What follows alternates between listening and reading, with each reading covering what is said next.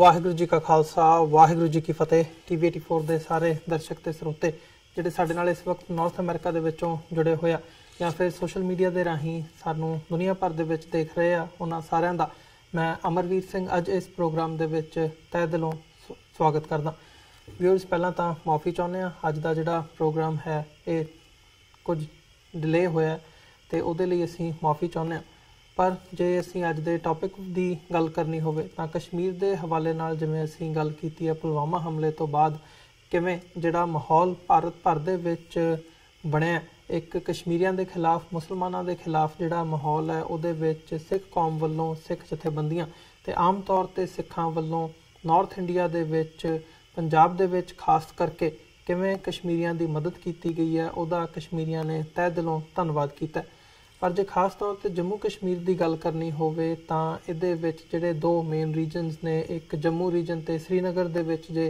जिन्हों वैली कहा जाता है, श्रीनगर वैली की गल करनी होवे तां जम्मू रीजन दे विच जिहड़ी हिंदू भाईचारा हैगा, हिंदुत्ववादी आइडियोलॉजी दे विच यकीन रखण वाले जिहड़े लोग ने उन्हां दी बहुतात हैगी है। उन्हां दे वल्लों जिथे जम्मू बंद उन्हां दे कारण जिहड़े विरोध प्रदर्शन होए, हुण तक जम्मू एक बंद दे मुकाम तक पहुंचा होया। अज उत्थे करफ्यू की जिहड़ी ढिल हैगी है देखण नूं मिली है, पर उत्थे ही जिथे एक पासे कश्मीरियां दे मनां दे विच सिखां प्रति गुडविल है, ओह धन्नवाद कर रहे आ, उत्थे ही जम्मू दे विच इह भी स्थिति साडे सामणे है कि जिहड़े जम्मू दे विच हिंदुत्ववादी आइडियोलॉजी दे नाल यकीन रखण वाले जिहड़े लोग हैगे आ उन्हां दे वल्लों सिखां दा विरोध कीता जा रहा है। इत्थों तक कि आपसी भाईवाली होण दे नाल नाल जिथे नेबरस हैगे आ, गुआंढी ने, उन्हां वल्लों सिखां दा बाईकाट भी किया गया।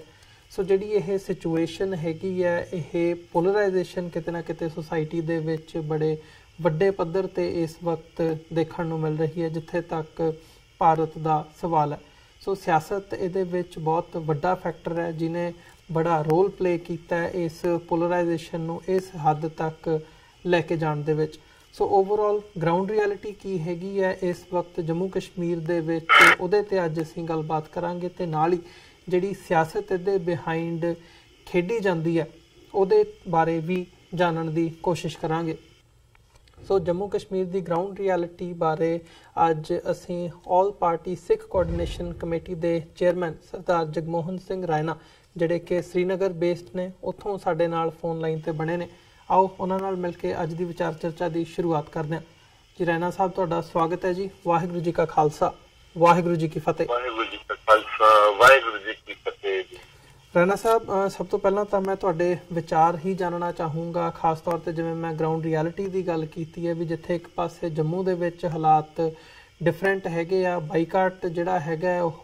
वड गिणती भाईचारे वल्लों कीता जा रहा है, ते इत्थे जिथे एक पासे श्रीनगर वैली दे विच जां ओवरऑल असीं देखदे हां कश्मीरियां वल्लों किवें सिखां नूं सिरखां दे उत्ते चुक्या होया। सो इन्हां दोवां सिचुएशन दा जदों असीं एनालाइज करदे हां, मुलांकण करदे हां, इस वक्त ग्राउंड रियलिटी की हैगी है, किदां दी स्थिति बनी हुई है? देखो जी, पिछे कोई देर जम्मू कश्मीर दे विच जिहड़ी मेन नेशनल हाईवे रोड है वो ऐतकी ज्यादा बर्फ कारण, बारिश कारण वो रोड मैक्सिमम क्लोज रही जी, जिस करके गड्डियां दा आना जाना जम्मू कश्मीर दे विच काफी दिक्कत हो गया। उस कारण काफी कश्मीर दे लोग जड़े जम्मू विच फस गए, वो नहीं आ सके। कुछ लोग बस स्टैंड ते ही रातां गुजारियां ते कुछ लोगों ने इधर उधर करके अपना एक 5-6 दिन उत्ते रहे जिसमें रास्ता बंद थी। उस दौरान विच सिखा ने अपने गुरुद्वारे खोल दिते ते इन्हां जिहड़े मुस्लिम भरा उन्होंने कहा कि तुसीं आके गुरुद्वारे विच ठहर सकते हो जी, ते वो लोग गुरुद्वारे विच आ गए ते कई जगह ते लंगर भी लगाए, फ्री लंगर, जिस विच इन्हां नूं उन्होंने खाना पीना सारा कुछ दिता। कई जगह से कंबल वगैरह भी दिते गए ते एक इसका भाईचारा की जिहड़ी एक साडे सिखां दे अंदर एक गुण है जिहड़ी वो सिखलाई है, जिहड़ी गुरु नानक देव जी का एक मैसेज है ह्यूमैनिटी का, उसनूं चलदे हुए काफी एक जिहड़ी मदद इन्हां रुके हुए यात्रुआं दी कीती सिखां ने। ਜਿਸ ਦਾ ਬੜਾ ਐਪਰੀਸ਼ੀਏਸ਼ਨ ਹੋਇਆ ਸਭ ਤਰਫ ਕਸ਼ਮੀਰ ਦੇ ਵਿੱਚ ਜੀ। ਤੇ ਇਸ ਦੇ ਨਾਲ ਹੀ 14 ਫਰਵਰੀ ਨੂੰ ਜਿਹੜਾ ਇੱਕ ਸੀਆਰਪੀ ਦੀ ਕਾਨਵਾਈ ਜਿਹੜੀ ਜੰਮੂ ਤੋਂ श्रीनगर ਜਾ ਰਹੀ ਸੀ, ਉਸ ਦੇ ਉੱਪਰ ਇੱਕ ਮਿਲੀਟੈਂਟ ਦਾ ਅਟੈਕ ਹੋਇਆ ਲਖਪੁਰਾ ਦੇ ਕੋਲ। ਇਸ श्रीनगर ਕੋਲੋਂ ਕੋਈ 5-6 ਕਿਲੋਮੀਟਰ ਦੇ ਕਰੀਬ ਹੈ ਇਹ ਜਗ੍ਹਾ ਤੇ ਜਿੱਥੇ ਪੁਲਵਾਮਾ ਵਿੱਚ ਪੈਂਦੀ ਹੈ। ਤੇ ਉਸ ਅਟੈਕ ਵਿੱਚ ਕੋਈ 49 ਦੇ ਜ਼ਿਆਦਾ ਸੀਆਰਪੀਐਫ ਦੇ ਜਵਾਨ ਜਿਹੜੇ ਮਾਰੇ ਗਏ ਤੇ ਬੜੇ ਅਨੇਕ ਜ਼ਖਮੀ ਵੀ ਹੋਏ। ਤੇ ਇਸ ਅਟੈਕ ਤੋਂ ਬਾਅਦ ਇੱਕ ਕਾਫੀ ਤਣਾਅਪੂਰਨ ਸੂਰਤ ਸਿਚੁਏਸ਼ਨ ਜਿਹੜੀ ਬਣ ਗਈ ਤੇ ਉਸ ਦਾ ਫਾਲੋਅਪ ਇਹ ਹੋਇਆ ਕਿ 15 ਫਰਵਰੀ ਨੂੰ ਜੰਮੂ ਵਿੱਚ ਕਸ਼ਮੀਰੀ ਜਿੱਥੇ ਵੀ ਸੀ ਉਹ ਉੱਥੋਂ ਸੱਜੇ ਖੱਬੇ ਆਪਣੇ ਬਚਾਓ ਵਿੱਚ ਨੱਸਣਾ ਸ਼ੁਰੂ ਹੋ ਗਿਆ, ਕਿਉਂਕਿ ਬਲਵਾਈ ਜਿਹੜੇ ਸਨ ਉਹ ਬਿਲਕੁਲ ਨਾਰੇ ਮਾਰਨੇ ਸ਼ੁਰੂ ਹੋ ਗਏ ਕਿ ਇਹ ਗਦਾरों को मार डालो। ਤੇ ਉਸ ਵਿੱਚ ਕਾਫੀ ਕਾਰਾਂ ਗੱਡੀਆਂ ਦਾ ਨੁਕਸਾਨ ਹੋਇਆ, ਤੋੜ-ਫੋੜ ਹੋਈ ਤੇ ਕਸ਼ਮੀਰੀ ਮੁਸਲਿਮ ਜਿਹੜਾ ਉਹ ਬੜਾ ਸਹਿਮ ਗਿਆ ਕਿ ਅਜੇ ਜ਼ਿਆਦਾ ਦੇਰ ਨਹੀਂ ਹੋਈ 1947 ਦੀ ਪਾਰਟੀਸ਼ਨ ਵਿੱਚ ਜੰਮੂ ਵਿੱਚ ਕਾਫੀ ਮੁਸਲਿਮ ਜਿਹੜੇ ਮਾਰੇ ਗਏ ਸਨ ਤੇ ਉਹ ਮੁਸਲਿਮ ਦੇ ਵਿੱਚ ਇੱਕੋ ਡਰ ਜਿਹੜਾ ਅਜੇ ਵੀ ਖੋਫ ਜਿਹੜਾ ਹੈ ਉਹ ਅਜੇ ਵੀ ਹੈ। ਤੇ ਉਸ ਕਾਰਨ ਕਸ਼ਮੀਰ ਦੇ ਵਿੱਚ ਇੱਕ ਬੜੀ ਰਿਐਕਸ਼ਨ ਹੋਈ, ਲੇਕਿਨ ਉੱਥੇ ਸਿਕਿਉਰਿਟੀ ਫੋਰਸਿਸ ਦਾ ਇਤਨਾ ਇੱਕ ਦਬਾਅ ਹੈ ਕਿ ਉਹ ਇਸ ਦਾ ਐਨਕਾਊਂਟਰ ਜਿਹੜਾ ਸੀ ਉਹ ਨਹੀਂ ਕਰ ਸਕੇ। ਲੇਕਿਨ ਕਸ਼ਮੀਰ ਦੇ ਵਿੱਚ ਜਦ ਤੋਂ ਇਹ ਗਵਰਨਰ ਸਤਿਆਪਾਲ ਮਲਿਕ ਜੀ ਅਪਾਇੰਟ ਹੋਏ ਨੇ, ਇਹਨਾਂ ਦੀ ਜਿਹੜੀ ਸਾਰੀ ਟੀਮ ਹੈ ਤਕਰੀਬਨ 6-7 ਐਡਵਾਈਜ਼ਰ ਨੇ ਇਹਨਾਂ ਦੇ ਨਾਲ, ਉਹ ਸਾਰੇ ਜੰਮੂ ਕਸ਼ਮੀਰ ਤੋਂ ਨਹੀਂ ਬਿਲੋਂਗ ਕਰਦੇ, ਉਹ ਸਾਰੇ ਦੇ ਸਾਰੇ ਬਾਹਰੋਂ ਆਏ ਨੇ। ਤੇ ਉਹਨਾਂ ਕਾਰਨ ਜੰਮੂ ਕਸ਼ਮੀਰ ਦੇ ਵਿੱਚ ਜਿਹੜਾ ਸਰਕਾਰ ਦੇ ਨਾਲ ਇੱਕ ਤਾਲਮੇਲ ਹੁੰਦਾ ਹੈ ਪੋਲੀਟੀਸ਼ੀਅਨ ਦੇ ਥਰੂ, ਐਮਐਲਏ ਦੇ ਥਰੂ, ਉਹ ਟੋਟਲੀ ਖਤਮ ਹੋ ਗਿਆ। तो ਜਿਹੜੀ ਐਡਵਾਈਜ਼ਰੀ ਟੀਮ ਹੈ ਜਿਹੜੀ ਗਵਰਨਰ ਦੀ, ਜਿਸ ਵਿੱਚ ਜੰਮੂ ਕਸ਼ਮੀਰ ਦਾ ਸਿਰਫ ਇੱਕੋ ਬੰਦਾ ਹੈਗਾ ਜੀ, ਖੁਰਸ਼ੀਦ ਗਨਾਈ, ਬਾਕੀ ਜਿੰਨੇ ਵੀ ਲੋਕ ਨੇ ਸਾਰੀ ਬਾਹਰਲੀਆਂ ਸਟੇਟਾਂ ਤੋਂ ਆਏ ਦੇ ਨੇ। तो ਉਸ ਕਰਕੇ ਉਹਨਾਂ ਨੂੰ ਜਿਹੜੀ ਰੀਅਲ ਸਿਚੁਏਸ਼ਨ, ਪਬਲਿਕ ਦੀ ਜਿਹੜੀ ਰੀਅਲ ਸਿਚੁਏਸ਼ਨ ਹੈ ਗਰਾਊਂਡ ਤੇ, ਉਹ ਨਾ ਸਰਕਾਰ ਨੂੰ ਪਤਾ ਲੱਗਦੀ ਹੈ ਤੇ ਨਾ ਉਹਨਾਂ ਦਾ ਕੋਈ ਤਾਲਮੇਲ ਬਣਦਾ ਹੈ, ਜਿਸ ਕਰਕੇ ਜੰਮੂ ਕਸ਼ਮੀਰ ਦੇ ਵਿੱਚ ਟੋਟਲ ਐਲੀਨੀਏਸ਼ਨ ਹੋ ਗਈ ਹੈ।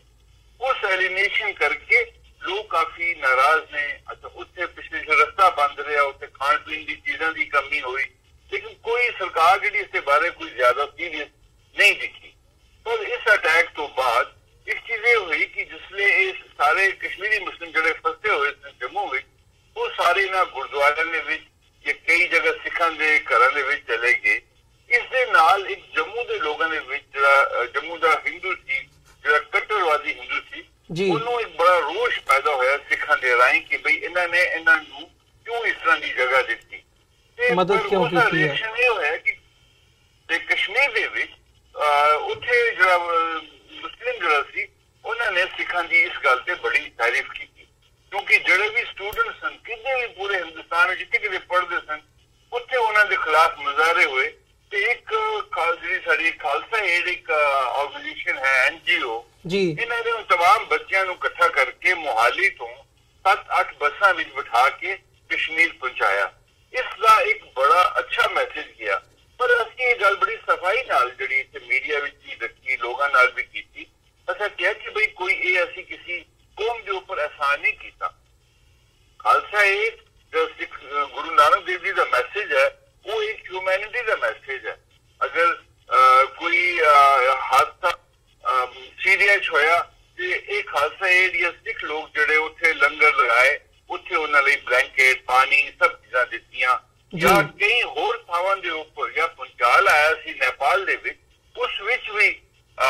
ਅਸਾਂ ਲੋਕਾਂ ਨੇ ਉੱਥੇ ਜਾ ਕੇ ਉਹਨਾਂ ਦੀ ਜਿਹੜੀ ਸਹਾਇਤਾ ਕੀਤੀ, ਉਹਨਾਂ ਨੂੰ ਖਾਣਾ ਦਿੱਤਾ, ਪਾਣੀ ਦਿੱਤਾ। ਤੇ ਮੈਂ ਕਿਹਾ ਸਾਰਾ ਜਿਹੜਾ ਗੁਰੂ ਨਾਨਕ ਦੇਵ ਜੀ ਦਾ ਇੱਕ ਮਿਸ਼ਨ ਹੈ, ਜਿਹੜਾ ਸੈਕੂਲਰਿਜ਼ਮ ਗੁਰੂ ਨਾਨਕ ਦੇਵ ਜੀ ਨੇ ਇੱਕ ਮੈਸੇਜ ਹੈ ਹਿਊਮੈਨਿਟੀ ਦਾ, ਜਿਸ ਤਰ੍ਹਾਂ ਉਹਨਾਂ ਦੇ ਨਾਲ ਬਾਲਾ ਤੇ ਮਰਦਾਨਾ ਜੀ ਹਮੇਸ਼ਾ ਨਾਲ ਰੱਖੇ, ਇੱਕ ਬੜਾ ਵੱਡਾ ਮੈਸੇਜ ਹੈ। ਲੇਕਿਨ ਇਹ ਜਿਹੜਾ ਮੈਸੇਜ ਹੈ ਅੱਜ ਦੀ ਸਿਚੁਏਸ਼ਨ ਵਿੱਚ ਵੀ ਫਿਟ ਹੈ,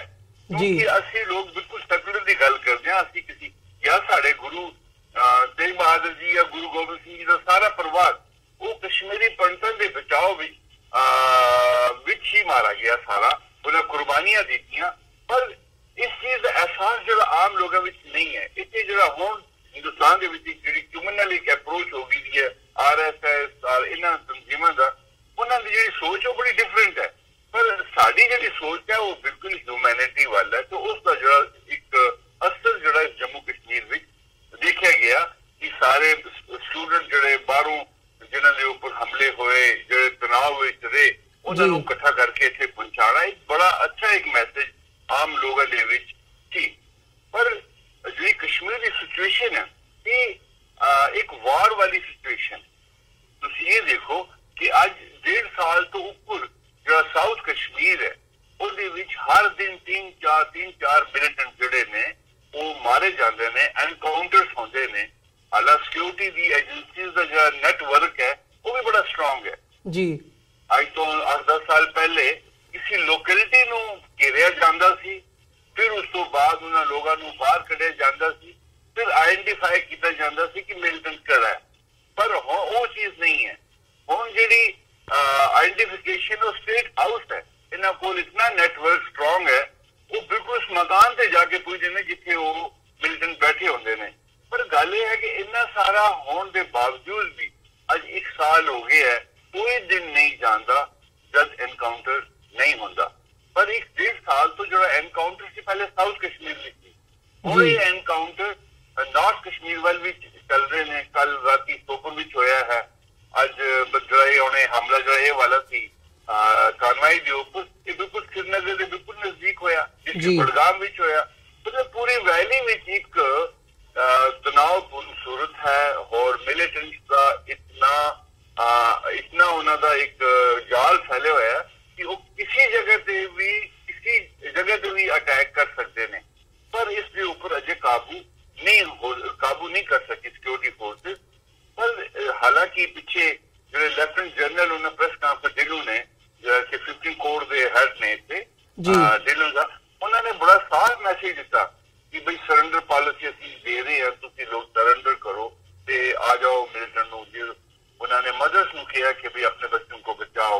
पर फिर भी उसके बावजूद भी कोई आदमी सरेंडर करने वास्ते नहीं आ रहा जी। ये जग तो नहीं ना, कश्मीर की सिचुएशन ਨੂੰ ਸਮਝਿਆ ਜਾਏ, ਇਹਨਾਂ ਨਾਲ ਗੱਲ ਕੀਤੀ ਜਾਏ ਔਰ ਕਸ਼ਮੀਰ ਦੇ ਇੱਕ ਆਮ ਆਦਮੀ ਨੂੰ ਇਸ ਐਲੀਨੇਸ਼ਨ ਤੋਂ ਬਚਾਇਆ ਜਾਏ, ਤਦ ਤੋਂ ਨਹੀਂ ਕੁਝ ਨਹੀਂ ਹੋ ਸਕਦਾ ਜੀ। ਪਰ ਇਹ ਗੱਲ ਵੀ ਬੜੀ ਸਾਫ਼ ਹੈ ਜੀ ਕਿ ਇਸ ਜਿਹੜਾ ਇਸ ਮਿਲੀਟੈਂਸੀ ਦਾ ਜਾਂ ਕਸ਼ਮੀਰ ਦੇ ਜਿਹੜੇ ਮੁਸਲਿਮ ਨੂੰ ਜਿਹੜੀ ਸਪੋਰਟ ਹੈ ਉਹ ਐਕਚੁਅਲੀ ਸਪੋਰਟ ਹੈ ਫਰਮ ਪਾਕਿਸਤਾਨ, ਉਹ ਐਕਚੁਅਲੀ ਸਪੋਰਟ ਹੈ ISI ਤੋਂ। ਔਰ ਜਿਹੜੇ ਕਸ਼ਮੀਰ ਪਾਕਿਸਤਾਨੀ ਬੈਠੇ ਜਿਹੜੇ ਜੈਸ਼ੇ ਮੁਹੰਮਦ ਦੇ ਜਿਹੜੇ ਚੀਫ ਨੇ, ਉਹਨਾਂ ਨੇ ਹਾਫਿਜ਼ ਸਈਦ, ਉਹਨਾਂ ਨੇ ਇਸ ਲਈ ਹਮਲੇ ਨੂੰ ਆਉਣ ਕੀਤਾ ਜਿਹੜਾ 14 ਫਰਵਰੀ ਨੂੰ ਕਸ਼ਮੀਰ ਵਿੱਚ ਹੋਇਆ ਸੀਆਰਪੀ ਦੇ ਉੱਪਰ, ਉਹਨੂੰ ਆਉਣ ਕੀਤਾ। ਇਹ ਬਿਲਕੁਲ ਗੱਲ ਸਾਫ਼ ਹੈ ਕਿ ਉਹਨਾਂ ਦਾ ਲਿੰਕ ਜਿਹੜਾ ਇਹਨਾਂ ਦੇ ਨਾਲ ਹੈ ਉਹ ਬਿਲਕੁਲ ਕਲੀਅਰ ਹੈ।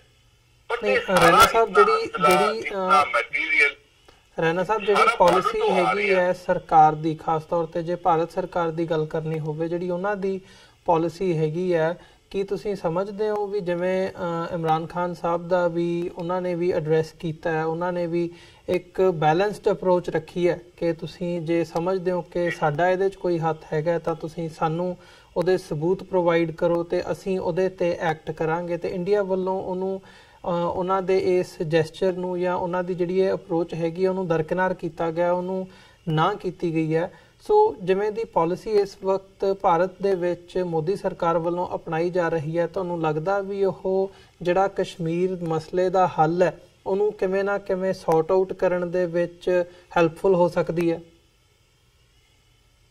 ਮੈਨੂੰ ਲੱਗਦਾ ਨਹੀਂ ਜੀ ਬਿਲਕੁਲ, ਕਿਉਂਕਿ ਕੋਈ ਐਸੀ ਗੱਲ ਨਹੀਂ ਹੋ ਰਹੀ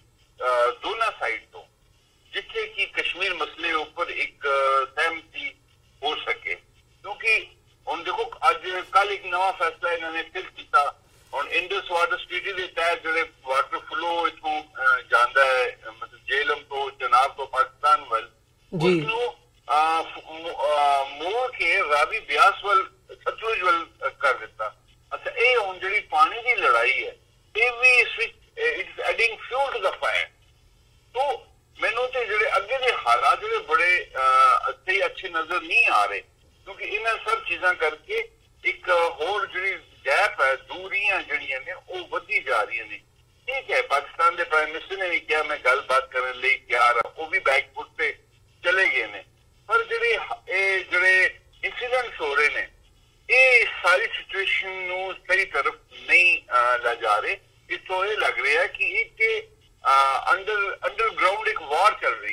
इंडिया और पाकिस्तान दे क्योंकि इतना असला देखो बॉर्डर भी कई बारी ओपन हो रहे बट हैरानगी की गल है कि अजे भी ये बॉर्डर तो बसा मुजफ्फराबाद तो पूरी तो आंदी है जम्मू कश्मीर में जाती है ये भी चल रहे है एक अंडरग्राउंड वार जी दोनों के बीच है वो बिल्कुल क्लियर है क्योंकि इन्हें पाकिस्तान के प्राइम मिनिस्टर ने पर्सनली किया इसलिए इंडिया ने उसका काउंटर जवाब दिता कि भाई नहीं प्रूफ चाहिए कि भाई पाकिस्तान इन्वॉल्व है उन्हें कहा कि भाई जो जैश ए मोहम्मद का चीफ है हाफिज सईद उन्हें तो आउन किया अटैक इस तो ज्यादा प्रूफ तो की दे सकते हैं बट पाकिस्तान ने इन लिeu ऑफ दैट उन्होंने दो मेजर तंजीम जड़ियां सन जमात उल विदा एंड दावा जमे उल दावा एंड फलाए जो इंसानियत फाउंडेशन थी उसको कल बैन कर दिता उन्हें इंटरनेशनल लेवल के ऊपर एक कम्यूनिटी को कन्विंस करने लिए पाकिस्तान ने एक कार्रवाई की है but at the same time UN जाके फिर कश्मीर के मामले पर फिर गल करनी शुरू कर दी है तो ये चीजें जड़ियां सारिया हिंदुस्तान और पाकिस्तान के बीच ये दर्शा रही ने कि भाई कोई उत्ते प्रेम भाव की गल नहीं है कोई रिकाउंसिलेशन की गल नहीं है ये एक दूसरे के ऊपर जो मामला कश्मीर का लैके ये इन्हों की अंडरग्राउंड जी लड़ाई है एक वॉर लाइक सिचुएशन जी है हमेशा बड़ी पहले भी सी ते अज भी है सिर्फ ये गल हो रही है कि पीपल लोगों की एलिनेशन हो गई हम कश्मीरी पंडित डर के मारे 89 में कश्मीर छड़ के चला गया जी गिलानी साहब हुरियत के लीडर्स सारे उन्होंने कोल उत्थे गए कि तुसी वापस आओ लेकिन किसी ने उन्होंने जान ही नहीं किया वो डर के मारे चले गए जिसलिए कश्मीर तो बाहर आए तो उन्होंने लोगों ने पूरे हिंदुस्तान के चले गए एक हेट्रेड जैसी उन्होंने भी एक सिचुएशन पैदा की थी पूरे इंडियन के जबकि इन्ना टूरिस्ट उत्थे आता है हिंदू टूरिस्ट इन सारे सालों के जिन्ना 20 साल हो गए ना मेरे टैक्सी के बहुत ज्यादा टूरिस्ट उत्थे आता है बट उन्होंने टूरिस्ट की कोई शिकायत नहीं उन्हें टूरिस्ट बंगाल तो आता है महाराष्ट्र तो आता है गुजरात तो आता है हिंदू आता है सारा बट उन्होंने कोई शिकायत नहीं कश्मीर आई कि भाई कश्मीर का आदमी कोई टेररिस्ट है या कश्मीर का आदमी सानू तंग करता है दे इंजॉय उन्होंने स्टेटमेंट्स आती ने उन्होंने टीवी कवरेजेस आती ने पर एक कश्मीर पंडित के बाहर जाने नाल निकलने नाल उन्होंने एक वैनम जो कश्मीरियों के खिलाफ होया उसने एक नफरत पैदा की है पूरे हिंदुस्तान के कश्मीरियों के खिलाफ तो उस नफरत को दूर करने लिए कोई आदमी सामने नहीं आ रहा जिस करके कश्मीरी भी बिल्कुल एलिनेट हो गया है ऐसी सिचुएशन जी है उस और असि सिख लोग जो उत्थे रह रहे हैं 80 लोग उत्थे रह रहे उत्थे हिंदू भी अजे कश्मीर रह रहे हैं 80,000 की आबादी है सिखा की असि उत्थे हाँ सानू सिखा से एक प्रॉब्लम ये हुई कि साडी इकनॉमिकल प्रॉब्लम होगी क्योंकि साडा सिखा का उत्थे मेन जो रोजी रोटी का काम सीगा that was horticulture and agriculture असि पिंडां विच रहिंदे सी पिंड छड़ के सिख लोग शहर में आ गए उन्होंने एक इकनॉमिकल लॉस जो होया उस करके सिख उत्थे जड़ा है बिल्कुल बड़ा मुश्किल है ते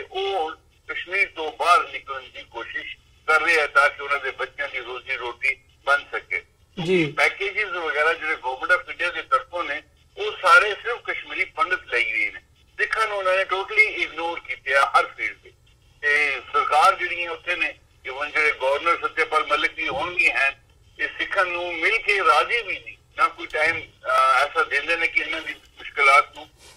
हल किया जाए तो ऐसिया जी एलिनेशन है आस्ता आस्ता सिख उत्थों निकल जाएगा अल्टीमेटली उत्थे एक कम्यूनिटी मुस्लिम उत्थे रह जाएगी बट वो सरकार के जो हम पिछले हम लद्दाख उन्होंने बिल्कुल अलग दर्जा देता एक अलग प्रोविंस बना दिता अर्लियर जम्मू कश्मीर स्टेट के 2 प्रोविंस थे एक जम्मू सीगा एक कश्मीर सीगा बट उन्होंने लद्दाख अलग एक प्रोविंस बना के एक अलग समझो एक एडमिनिस्ट्रेशन एरिया को दे दी तो मैंने ये लगता पे है कि ये लोग कश्मीर को टोटली एलिनेट कर देंगे और मैनू इलेक्शन का भी जो आने वाले हालात बड़ा मुश्किल होएगा पार्टिसिपेशन लोगों की उस क्योंकि एक मिलिटेंट का डर है और मिलिटेंट कहता है कि कोई आदमी इलेक्शन नहीं लड़ेगा यही होगा कि 4-5 वोटों के नाल एक MLA बन जाएगा 50-60 वोटों के नाल एक मेंबर पार्लियामेंट बन जाएगा तो वो पब्लिक रिप्रेजेंटेशन नहीं है एक मैनिपुलेशन है उस हालात की हुई तो ऐसे हालात जब उनकी कश्मीर के आदमी को विन ओवर करो उन्होंने प्रॉब्लम समझो जरूरी नहीं है they want separation majority of the people जड़े ने वो लोग चाहते हैं कि भाई साढ़े नाल जरा एक जुल्म सितम ਜਿਹੜਾ ਹੈਗਾ ਇਸ ਨੂੰ ਘੱਟ ਕੀਤਾ ਜਾਏ, ਪਰ ਸੁਣਦਾ ਕੋਈ ਨਹੀਂ ਇਸ ਗੱਲ ਨੂੰ। ਇਸ ਕਰਕੇ ਕਸ਼ਮੀਰ ਦੇ ਹਾਲਾਤ ਵਿੱਚ ਤਣਾਅ ਜਿਹੜਾ ਹੈ ਉਹ ਬੜਾ ਗਹਿਰਾਈ ਨਾਲ ਹੋਰ ਅੱਗੇ ਜਾਂਦਾ ਜਾ ਰਿਹਾ ਹੈ। ਮੈਂ ਤੁਹਾਨੂੰ ਦੱਸਾਂ ਕਿ ਜਿਸਲੇ ਸਟਾਰਟ ਹੋਈ ਸੀ ਮਿਲੀਟੈਂਸੀ 10% ਲੋਕ ਸੀ, 15% ਲੋਕ ਸੀ ਜਿਹੜੇ ਉਹਨਾਂ ਦੇ ਸਹਿਯੋਗ ਵੀ ਸਨ, ਬਾਕੀ ਲੋਕ ਜ਼ਬਰਦਸਤੀ ਨਾਲ ਬਾਹਰ ਆਉਂਦੇ ਸੀ। ਲੇਕਿਨ 2010 ਦਾ ਜਿਹੜਾ ਐਜੀਟੇਸ਼ਨ ਹੋਇਆ ਉਹਦੇ ਵਿੱਚ 50% ਲੋਕ ਜਿਹੜੇ ਉਹਨਾਂ ਦੇ ਨਾਲ ਜੁੜ ਗਏ। ਉਸ ਤੋਂ ਬਾਅਦ 2017 ਦਾ ਐਜੀਟੇਸ਼ਨ ਹੋਇਆ ਤੇ ਮੈਨੂੰ ਲੱਗਦਾ ਕਿ 90% ਲੋਕ ਜਿਹੜਾ ਉਹਨਾਂ ਦੇ ਨਾਲ ਉੱਥੇ ਜੁੜਿਆ ਹੋਇਆ, ਕਿਉਂਕਿ ਅੱਜ ਵੀ ਤੁਸੀਂ ਦੇਖੋ ਕਿਸੇ ਵੀ ਐਨਕਾਊਂਟਰ ਦੇ ਉੱਪਰ ਜਿੱਥੇ ਫਾਇਰਿੰਗ ਹੁੰਦੀ ਹੈ ਉੱਥੇ ਦਾ ਨੌਜਵਾਨ ਹਜ਼ਾਰਾਂ ਦੀ ਤਾਦਾਦ ਵਿੱਚ ਪੱਥਰ ਲੈ ਕੇ ਪੁੱਜ ਜਾਂਦਾ। तो इस टाइप की जी उत्थे की सोच बन चुकी है, इसनू ठीक करना एक बड़े खुले दिल की जरूरत है। तंग दली नाल उत्थे तुसी लोगों दे नाल गल नहीं कर सकते। जी बिल्कुल राणा साहब जी, तो ऐसी सिचुएशन दे विच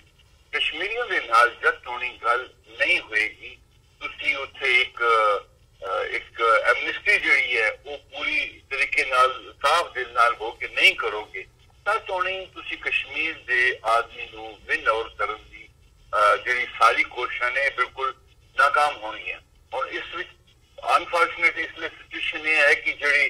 बीजेपी पार्टी जिहड़ी हिंदुस्तान से रूल कर रही है उससे ज्यादा सहयोगी जिहड़े ने आरएसएस शिवसेना जैसे लोग ये लोग बड़े कट्टरवाद ने, ये सिखां नू भी डायल्यूट करने की कोशिश कर रहे हैं पंजाब